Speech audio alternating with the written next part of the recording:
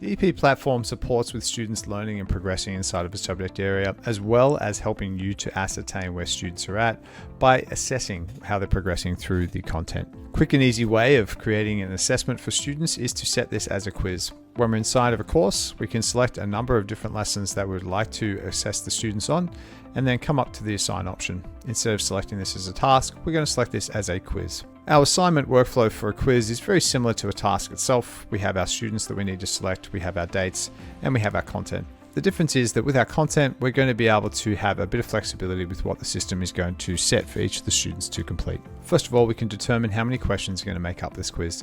In this instance, I'm going to set these to 20 questions in total. I've selected 20 questions because we have 4 lessons. It's going to pull as equally as possible from these lessons, and it's going to help me see in the results that come through how students have performed against each lesson. By default, we're also going to give students a different combination of 20 questions. They're all going to get 5 questions from each lesson, but they'll be in a different order, randomize the responses inside of those questions themselves, and so each of these attempts will look slightly different.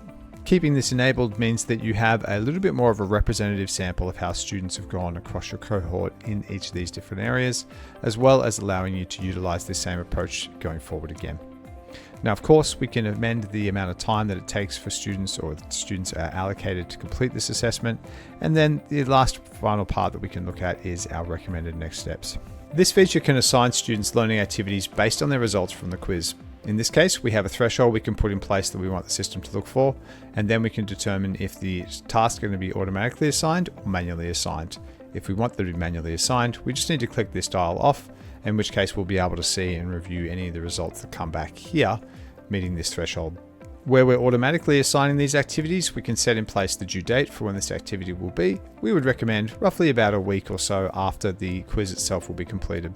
And of course, we can put some limitations in place around how much work students are going to be assigned by selecting this option here, and then determining if we want to limit this based on hours or lessons.